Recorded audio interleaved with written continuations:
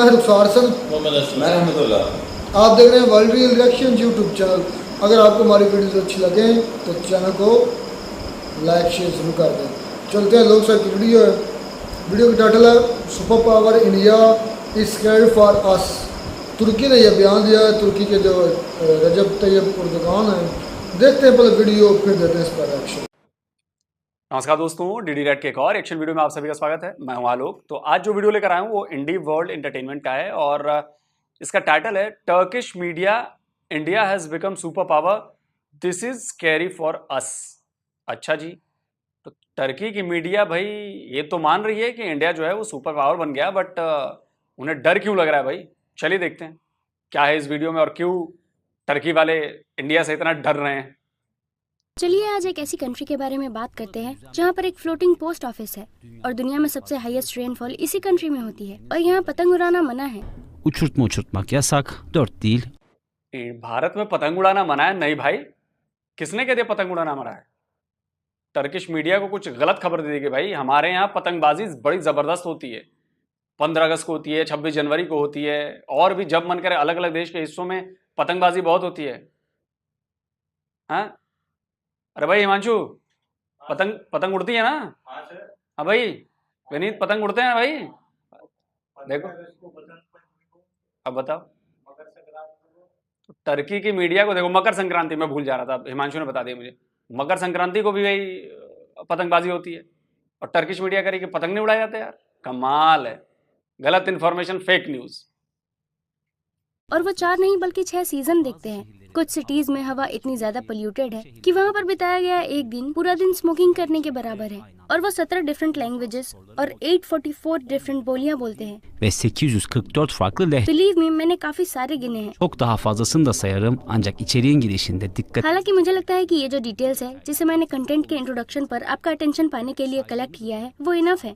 जी हाँ, मैंने जिस कंट्री की यहाँ पर बात की है वो भारत है और अंदाजा लगाइए कि इस हफ्ते क्या हुआ है। 1.486 बिलियन लोगों के साथ भारत दुनिया की सबसे ज्यादा पॉपुलेशन वाली कंट्री बन गई है और ये डेटा यूनाइटेड नेशन का है और इसके मुताबिक चाइना जो है वो अब गद्दी से उतरता हुआ नजर आ रहा है। Görünüyor. Bu içerikte size Hindistan'ı daha और इस कंटेंट में मैं भारत के बारे में बेहतर तरीके से समझाने का वादा करता हूँ। क्या कोई नई सुपर पावर हमारा वेट कर रही है? हम इसकी इकोनॉमी, मिलिट्री सिचुएशन और टेक्नोलॉजी के बारे में क्या जानते हैं? मैंने उन सभी के बारे में पता लगाया है और मैं इसके बारे में बताने के लिए तैयार हूँ। लेकिन हम इसे स्टार्ट करने से पहले कुछ सेकंड और वेट करेंगे क्योंकि मेरी एक छोटी सी रिक्वेस्ट है। GZT टीम के रूप में हमारी एवरेज एज 25 से कम है और हम आपके लिए यूनिक और ओरिजिनल कंटेंट तैयार करने का ट्राई कर रहे हैं। olmanız bir मैं आपको एडवांस में थैंक यू कहता हूँ और कंटेंट की ओर आगे बढ़ते हैं। चलिए पहले यहाँ से स्टार्ट करते हैं क्योंकि हम यहाँ भारत की बात करेंगे और इस कंट्री का जो नाम है वो पर्शियन नाम इंदुस से लिया गया है और ये नाम इंदुस रिवर और उसके एनवायरन से आया है और उनके अपने कॉन्स्टिट्यूशंस में उनका नाम भारत बताया गया है। और इस ये कहना कि उनका नाम पर्शियन नाम इंदुस से लिया गया है, ये गलत है। पर्शिया में जो नाम गया इंडस, वो हमारी वजह से गया क्योंकि हम इंडस वैली में रहते हैं। इंडस वैली सिविलाइजेशन हमारी है, तो इससे आप लोगों ने अपने यहाँ इसका नाम लेकर गए इंडस। तो ये मत कहिए कि वहां से ये नाम पड़ा, नहीं बॉस। की सीमा नॉर्थ वेस्ट में पाकिस्तान और नॉर्थ ईस्ट में चाइना और ईस्ट में म्यांमार से लगी है komşular. Toplam 28 eyalete ve 7 और हम टोटल 28 स्टेट्स और 7 यूनियन टेरिटरीज वाले एक फेडरल रिपब्लिक के बारे में बात कर रहे हैं और हम ऐसा कह सकते हैं कि उनकी पॉपुलेशन में इंक्रीज उन कारणों में से एक है जिसने हमें ये कंटेंट बनाने के लिए प्रेरित किया है। एक रिपोर्टर के रूप में हम करेंटली दुनिया के सबसे ज्यादा पॉपुलस कंट्री के टाइटल में बदलाव को स्किप नहीं कर सकते हैं। हमने इंट्रोडक्शन में नंबर 1.486 बिलियन को मेंशन किया है और इस पर्याप्त पॉपुलेशन में सबसे महत्वपूर्ण वृद्धि 1991 से 2001 के बीच हुआ है और इस पीरियड में पॉपुलेशन में 31.2% की वृद्धि हुई है। जहाँ कंट्री की 60% पॉपुलेशन रूरल एरियाज में रहती थी, वहीं पर 40% लोग सिटीज में रहना प्रेफर करते थे। 40'lık bir oran ise yaşamak için kentleri tercih ediyor. Okur yazı महिलाओं के लिए लिटरेसी रेट 64.9% और पुरुषों के लिए 82.6% है। जब इस टोटल पॉपुलेशन का अनुपात निकाला जाता है तो हमें 71.2% का डेटा मिलता है और 2011 में डेटा के अनुसार भारत के 79.8% लोग हिंदू धर्म को मानते हैं 9.8'i Hinduizme inanıyor. जबकि कंट्री में मुस्लिम का रेट 14 से 23% है और बाकी रिलीजन्स के लोग 3% से ज्यादा नहीं है। Indian cinema, Indian food, dance और म्यूजिक भी कई डिफरेंट फीचर्स के साथ ग्लोबलाइज्ड है। Farklı özelliğiyle globalleşmiş durumda. Peki, क्या भारत दुनिया की नई सुपर पावर बन सकती है? सबसे पहले चलिए सुपर पावर के कॉन्सेप्ट के डेफिनेशन को देखते हैं। सुपर पावर से मेरा मतलब उन कंट्रीज से है जो इंटरनेशनल सिस्टम में फर्स्ट प्लेस पर हैं, जो दुनिया भर के इवेंट को इन्फ्लुएंस कर सकते हैं और पावर यूज कर सकते हैं। और आज कई एकेडमिक्स के according akademisyene göre süper güç tanımını karşılayan एकमात्र कंट्री जो सुपर पावर के डेफिनेशन को पूरा करता है वो यूनाइटेड स्टेट्स ऑफ अमेरिका है। हालांकि जब पोटेंशियल सुपर पावर को मेंशन किया जाता है तो रशिया और यूरोपियन यूनियन के कुछ कंट्रीज या चाइना और इंडिया तुरंत दिमाग में आता है। और इस पॉइंट पर यह जरूरी है कि हम इंडियन इकोनॉमी पर एक नजर डालें।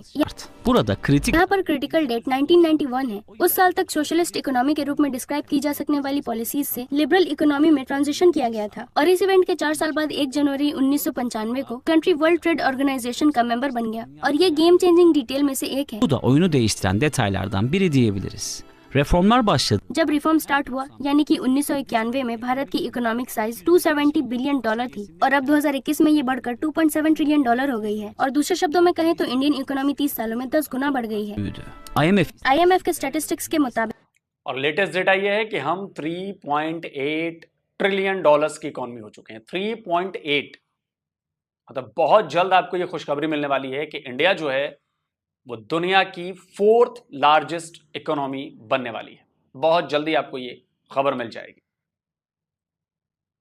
भारत दुनिया की 6th लार्जेस्ट इकोनॉमी है। अगर हम परचेसिंग पावर पैरिटी को देखें तो हम चाइना और यूएसए के ठीक बाद भारत को देखते हैं। इंडिपेंडेंट असेसमेंट एजेंसीज द्वारा प्रकाशित की गए आंकड़ों के अनुसार कंट्री ने पिछले 20 सालों में एवरेज 5.8% ग्रोथ हासिल की है। ve ortalama %5.8 büyüme başarısı gösteriyor. और इससे भी इम्पोर्टेंट बात यह है कि भारत की इकोनॉमी एक उभरती हुई नई इकोनॉमिक पावर के साथ साथ दुनिया की सबसे तेजी से बढ़ती हुई इकोनॉमीज में से एक के रूप में लगातार और स्पीड से बढ़ रही है। Ve istikrarlı bir şekilde büyüyor.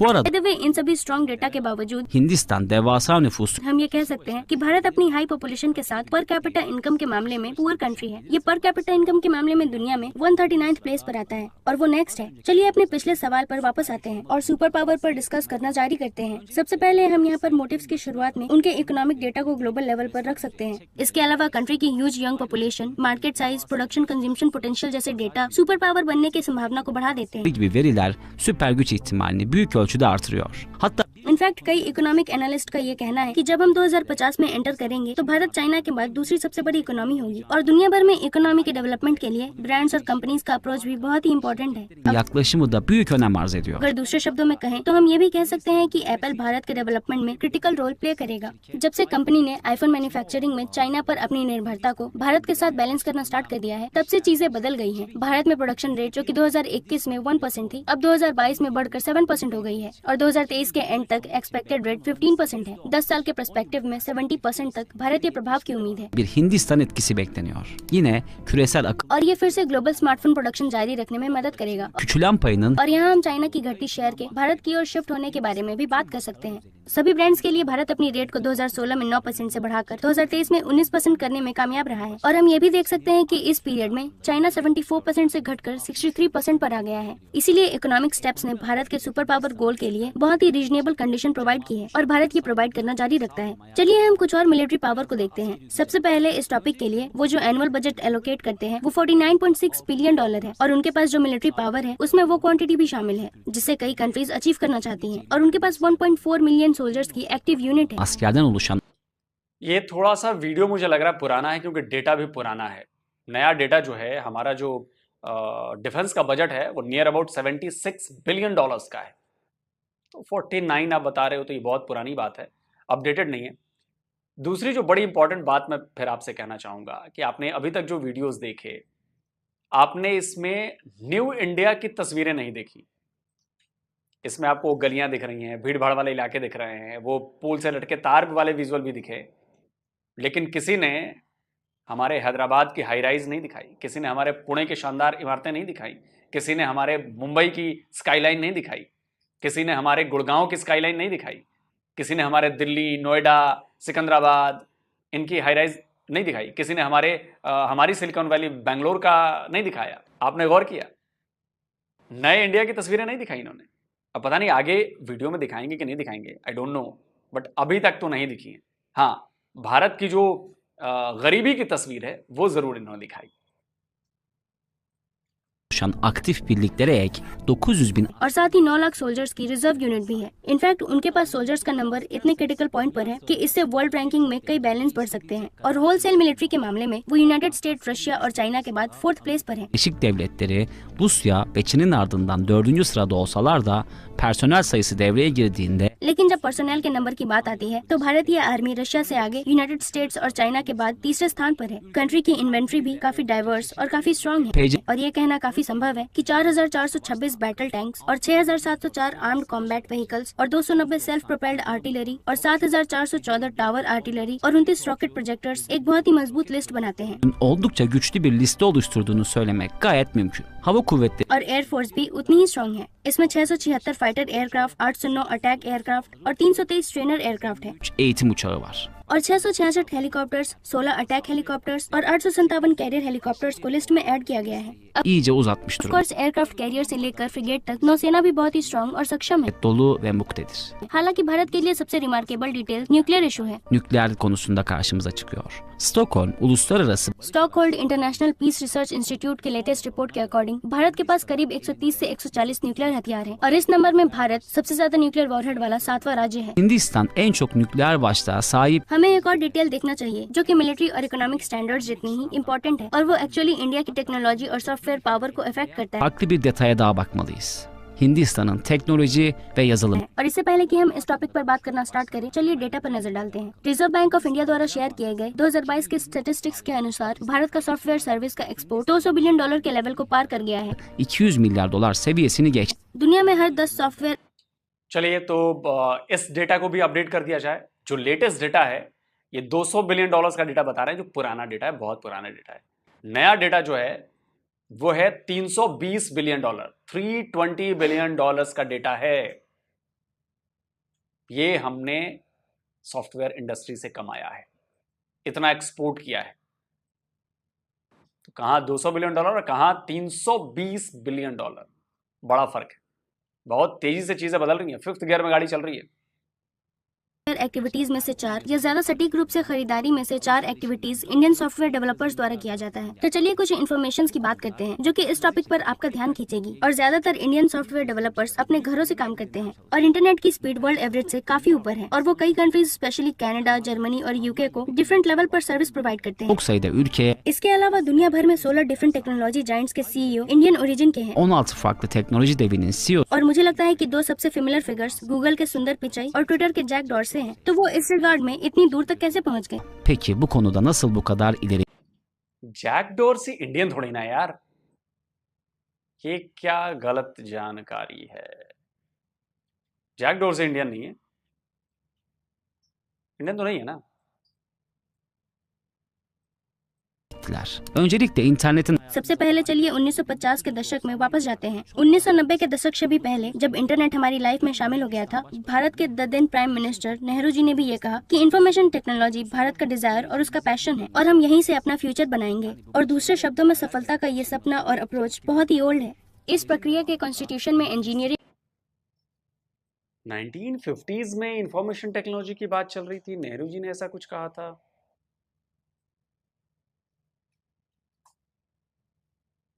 ये भी हो सकता है, शायद कहीं कहा हो, मतलब मैंने ऐसी बात पढ़ी नहीं, कहीं जानी नहीं। राजीव गांधी का तो मुझे पता है, राजीव गांधी ने ये बात कही थी और राजीव गांधी को मैं इसके लिए धन्यवाद देना चाहूँगा कि वो कंप्यूटर लेकर आए, उसकी चर्चा की। हालांकि इस पर बहुत ज़्यादा बहस की जा सकती है, ये नहीं तो वो नहीं, लेकिन फिर भी मोटा मोटी हम देखें 1950 में नेहरू जी ने तो आई डोंट नो, आप लोग भाई कमेंट में बताइए मुझे। में हाई क्वालिटी की खोज एक सुपर गवर्नमेंट स्टेट स्ट्रेटजी बन गई और 1970 के दशक में इंपोर्टेड हार्डवेयर के लिए सॉफ्टवेयर प्रोडक्शन की शुरुआत ने स्टार्टिंग से एंड तक सब कुछ काफी तेज कर दिया। her şeyi baştan और 90 के दशक में दुनिया के लिए चीप सर्विस का कंसेप्ट चलने लगा और उस समय यूनाइटेड स्टेट्स में उनके कलीग्स पर ईयर $80 से $1 लाख तक के बीच कमाते थे, meslektaşları yılda 80 ile 100 bin dolar arası bir gelir elde ederken जबकि इंडियन सॉफ्टवेयर डेवलपर्स को 3000 मिलता था। और उन्होंने कहा कि चीप लेबर ने यूएस सॉफ्टवेयर कंपनीज के लिए भी एक सीरियस अपॉर्चुनिटी क्रिएट किया है। लेबर की एक नीड जो कि वेस्ट में भी बढ़ रही थी, जो कि क्वालिफाइड इंडियंस के लिए एक इनवैल्यूएबल इंडियन फैब्रिक था, जो अच्छी इंग्लिश बोल सकते थे और अपने मैथमेटिकल स्किल्स के प्रति अटेंटिव थे। için bulunmaz Hint kumaşıydı. İçerik boyunca bu tabiri kullanacak yer arıyordum. मैं इस पूरे कंटेंट में उस फ्रेज का यूज करने के लिए वेट कर रहा था और मुझे लगता है कि ये वही समय है। वेल चलिए हम कंटिन्यू करते हैं। At the end of the day software और डेटा की दुनिया में हासिल की गई सफलता के साथ भारत सदियों से सिल्क रोड और स्पाइसेस रोड के माध्यम से दुनिया को मसाले, चाय और कपड़ों का एक्सपोर्ट करने वाली कंट्री से एक टेक्नोलॉजी एक्सपोर्टिंग कंट्री बन गया। मुझे लगता है कि हमने भारत के इकोनॉमिकली, मिलिट्रली, कल्चरली और टेक्नोलॉजिकली नई सुपर पावर बनने के रास्ते पर डिस्कस किया है और हम ये कह सकते हैं कि इन सुपर पावर के सपने दूर नहीं है, Halinin çok da uzak olmadığını, खासकर जब कंट्री की टेक्नोलॉजिकल ग्रोथ जारी है। तो आप भारत के बारे में क्या सोचते हैं? sizce dünyanın en büyük süper gücü hangi ülke? आपको क्या लगता है कौन सी कंट्री वर्ल्ड की सुपर पावर है? Teşekkür ederim.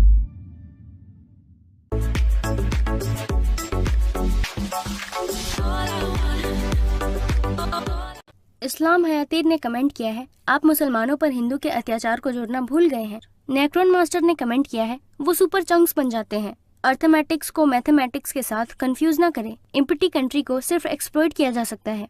जहरा जर्मान ने कमेंट किया है, आमतौर पर जैसे जैसे राज्य समृद्ध होता जाता है, लोगों के कल्याण में भी वृद्धि दिखाई देनी चाहिए। भारत भले ही एक राज्य के रूप में मजबूत हो रहा हो, लेकिन इनकम का सही डिस्ट्रीब्यूशन कहाँ है? कुसैक सेंक ने कमेंट किया है, मैं कमेंट्स में उन लोगों से ये पूछना चाहता हूँ, क्या आप भारत या स्पेन में रहना पसंद करेंगे? क्योंकि जैसा कि आप सभी देख सकते हैं कि चाहे वो एक्सपोर्ट डिफेंस पॉपुलेशन के बारे में कितना भी प्रोपेगेंडा फैलाए, सबसे पहले तो इंसान की तरह रहना जरूरी है, चाहे संख्या कितनी भी ज्यादा क्यों ना हो। टॉप से बॉटम तक कितना जाता है ये मैटर करता है। ये लोग इंडिया में रहने के बारे में अपना ओपिनियन दे रहे हैं, मगर रिसेंटली जो टर्की का माहौल रहा है वो देखकर टूरिस्ट टर्की जाने से डर रहे हैं, क्योंकि टूरिस्ट वॉर और बॉम्ब अटैक्स और रेफ्यूजीज को अवॉइड करना चाहते हैं। इंसेसर टास ने कमेंट किया है, भारत एजुकेशन के मामले में बहुत ही आगे है और ज्यादातर जो इंडियन स्टूडेंट्स हैं वो या तो इंजीनियर बनते हैं या तो वो डॉक्टर बनते हैं और उनमें से ज्यादातर अमेरिका में पढ़ते हैं और वहीं पर काम करते हैं। लेकिन वॉर और कोविड ने पूरे वर्ल्ड ऑर्डर को खराब कर दिया है और मैं इसे सुपर पावर के रूप में नहीं देखता हूँ। रशिया और चाइना हो सकते हैं। ये कह रहे हैं कि भारत को एक सुपर पावर के रूप में नहीं देख सकते हैं। जब टर्की पर सबसे ज्यादा मुसीबत आई थी तो सबसे पहले इसी कंट्री ने एज अ दोस्त इनकी हेल्प की थी, पर शायद टर्की की याददाश्त कमजोर है क्योंकि वो भारत के एहसान को काफी जल्दी भूल गए। अतः 68 ने कमेंट किया है, पाकिस्तान के साथ हमारे अलायंस के कारण जब से हमने इंडियन ऑक्यूपाइड कश्मीर के मुद्दे पर पाकिस्तान का बचाव किया है, तब से इंडियंस मेरे दुश्मन का दुश्मन मेरा दोस्त है ये माइंडसेट रखने लगा है और वो टर्की के अगेंस्ट बदला लेने के लिए अभ्यास कर रहे हैं। हम एक काफी डिफिकल्ट क्षेत्र में हैं और वो अर्मेनिया की भी बहुत ज्यादा हेल्प कर रहे हैं। As a Republic of Turkey Bharat के साथ सिर्फ कमर्शियल रिलेशन से डेवलप किया जा सकता है, लेकिन इस सिचुएशन में मुझे कोई दूसरा फीचर नहीं दिखता है। जिस कंट्री के खुद के लक्षण तो सही नहीं है, उन्हें दूसरी कंट्री के हिस्ट्री में अपनी टांग नहीं अड़ानी चाहिए। इसे कहते हैं खुद के पैर पर ही कुल्हाड़ी मारना। गोक टॉर्क ने कमेंट किया है, नॉनसेंस इन्वेंट्री इन्फॉर्मेशन शेयर मत कीजिए, अपना काम अच्छे से कीजिए। ऑप्टिमस ने कमेंट किया है, जब मैं आपकी सुपर पावर और आपके नेशंस की लाइफ को देखता हूँ तो मुझे लगता है कि जानवर आपसे बेहतर लाइफ जीते हैं। रॉफ पशिव ने कमेंट किया है, अर्मेनियन लोगों का रिलीजन एंड लैंग्वेज एक ही है। जिकॉक टॉर्क जियोनोज ने कमेंट किया है, इंडिया एक काफी इंटरेस्टिंग कंट्री है। सवास्तक ने कमेंट किया है, पॉपुलेशन को फोर्स से मेजर नहीं किया जाता है। तो आज के इस वीडियो में इतना ही, मिलते हैं अगले वीडियो में। Thank you. तो वीडियो आपने देख लिया और लोगों को अभी भी पूरी जानकारी नहीं है कि इंडिया क्या है और नहीं है। लोग कह रहे हैं कि इंडिया में रहना चाहोगे, नहीं रहना चाहोगे। देखो, तुमको आने की ज़रूरत नहीं है हमारे यहाँ। हमारी खबरें दुनिया तक पहुँच जाएंगी और टर्की के लोग जो समझते हैं कि ऐसा ना वैसा, तो खैर एहसान फरामोश लोग हो तुम लोग, बहुत जल्दी तुम लोग एहसान भूल गए हो। खैर कोई बात नहीं, अभी हमने ऐसा कान उमेठा ना तुम्हारा कि तुम्हारे लीडर को, एर्दोगान को कहना पड़ा कि जी यूनाइटेड नेशन सिक्योरिटी काउंसिल में परमानेंट सीट पर हम भारत के साथ हैं, हम भारत का सपोर्ट करेंगे। क्यों कहा है? इसलिए कहा है क्योंकि एफएटीएफ की ग्रे लिस्ट में हो और आपकी भी हालत पाकिस्तान की तरह होने वाली है। जितना कश्मीर कश्मीर करोगे ना, पाकिस्तान ने कश्मीर कश्मीर किया तो देख लिया क्या हालत हुई। तो जितना पाकिस्तान की तरह कश्मीर कश्मीर करोगे, टर्की की हालत भी खराब होगी। इसीलिए टर्की के प्रेसिडेंट एर्दोगान साहब जब आए थे यहाँ पे G20 में शामिल होने, तो उन्होंने कहा कि जी हम यूएनएससी में परमानेंट सीट के लिए आपका सपोर्ट करेंगे। और दूसरी तरफ उनको यह भी पता चल गया कि इंडिया, यूएई, इजराइल, इन लोगों ने मिलकर टर्की की बैंड बजा दी। तो ये जो डील हुई है ना कॉरिडोर की, इसमें टर्की गया, इसमें ग्रीस भी है, उसका जानी दुश्मन। तो हम अपने पत्ते ऐसे नहीं फेंकते, हम पहले गोटियां सेट करते हैं फिर पत्ते फेंकते हैं। और ये इतनी बड़ी चोट होगी जिसका एहसास आपको 5 से 10 साल बाद होगा। आप कह रहे हो ना कि इंसानों तक नहीं पहुंचता, रहने के लायक नहीं है, वो सब अभी दिखेगा आपको। अपने आप को यूरोप समझते हो कोई बात नहीं, 5-10 साल वेट करो, फिर समझ में आएगा। तभी तो एर्दोगन ने कहा कि नहीं, हम तो इस नए कॉरिडोर का बहिष्कार करते हैं और ये ठीक नहीं हो रहा है और ऐसा नहीं हो रहा है और वैसा नहीं हो रहा है। तो दर्द होगा अभी, बहुत दर्द होगा अभी। आप लोग बताइए भाई कमेंट में। जल्दी मिलता हूं एक और नए वीडियो के साथ। नमस्कार, जय हिंद। वीडियो खत्म हुई, वीडियो पूरी की पूरी इंडिया की डॉक्यूमेंट्री किस्म की थी। असल में वो कोई आई थिंक टर्किश मीडिया ने ये कोई रिपोर्ट जारी की है, उस पर मतलब टर्किश ज़ुबान में वो थी और उस पर एक हिंदी ज़ुबान में कन्वर्ट किया गया और उसमें पूरा का पूरा सेटअप बताया कि इंडिया क्या चीज़ है और इंडिया कैसे सुपर पावर की दौड़ में शामिल हो सकता है। और ये जो डाटा है जो बताया गया, ये वाकई में पुराना डाटा है। अगर आज का रिसेंट डाटा देखा जाए तो इंडिया का जो सीन है वो बहुत डिफरेंट है। उसने जो वीडियो में उसने पूरी अपनी वीडियो मतलब इंडिया की तरक्की के बारे में सब बताया है, लेकिन उसके साथ वफा नहीं की अपनी बातों के साथ उसने। क्यों? क्योंकि वो जिस तरह आलोक सर भी कह रहे थे, उसने अहमदाबाद के या जो उनकी बड़ी बड़ी सिटीज़ हैं, स्मार्ट सिटीज़ हैं, कितनी बड़ी और प्रोजेक्ट्स हैं, उनकी किसी की उसने ऐसी तस्वीर नहीं दिखाई इंडिया की। हालांकि वो तारीफ करने की कोशिश कर रहा था, लेकिन वो फेक किस्म की तारीफ कर रहा था। वो जो मतलब जो भी था उसमें वो डाटा जो दे रहा था वो एक डाटा भी पुराना था, दूसरा वो मतलब ना उसकी असल जो पिक्स हैं इंडिया की, जो आज के इंडिया की तस्वीर हैं वो नहीं दिखा रहा था, जिसमें बहुत बड़े उनके मतलब कि उनके एयरपोर्ट्स हमने ऐसे देखे हैं जो कि चौंका देते हैं। हमने ऐसी ऐसी जगह देखी इंडिया की जो कि लगते नहीं कि इंडिया है। ऐसे सीन्स नज़र आते हैं कि जैसे वाकई में वो या यूरोप है या वो फिर मतलब कि यूएसए है, यूके है या अमेरिका है। इस तरह के मतलब कि उसकी कंडीशंस नज़र आती हैं। लेकिन उसने पता नहीं इस तरह क्यों किया कि एक बाजार दिखाया है मार्केट का। ये जो टाइटल लगा हुआ है कि इंडिया सुपर पावर, हाँ वो तो पहले तो उसने तैयब एर्दोगन ने भी कहा ना, उसने हक में बयान दिया, तो ये मीडिया अब इसके अगेंस्ट क्यों? यूएनएससी की जो है ना, ये हक में पता क्यों बयान दिया? ये सारे जो है ना पंजाबी नहीं, पंजाबी में कहावत है वागा दे सीधे। पंजाबी के लोग जो है मतलब जिसको जो जब जोर दिया जाता है मतलब प्रेशर दिया, तब वो अपने मतलब ना सीधी लाइन पर आता है। अब आया प्रेशर तुर्की पर, पहले तो वो कश्मीर करता था, इंडिया बोला नहीं। यही सबसे बड़ी खूबसूरती की मुझे बात लगी, वो बोला नहीं, उसने अपना काम कर दिखाया। साइप्रस जो कंट्री उनके अगेंस्ट है, जिसमें साइप्रस है और जिसमें वो क्या है ग्रीस है और भी 2-3 कंट्रीज है, उन्होंने इनवाइट किया था इंडिया को और उनके साथ इंडिया के बहुत अच्छे तल्लुकात हैं, इसकी वजह से इसका स्क्रू टाइट हुआ है। अब ये जा रहा है, ये जो अब G20 के अंडर जो हुआ है वो मायदा यार वो क्या नाम है कॉरिडोर का, जो वो बड़ी चुभ रहा है तुर्की को, क्योंकि तुर्की तो उससे आउट हो रहा है। पूरा यूरोप फायदा उठाएगा, साइप्रस उठाएगा, ग्रीस उठाएगा और इसका मरकज़ कहाँ बना? इंडिया बना। इसलिए अब तैयब एर्दोगन को ये मजबूरन बयान देना पड़ा कि हम बैक करते हैं इंडिया की यूएनएससी की जो परमानेंट मेंबरशिप है, क्योंकि उनके अब स्क्रू टाइट हुए।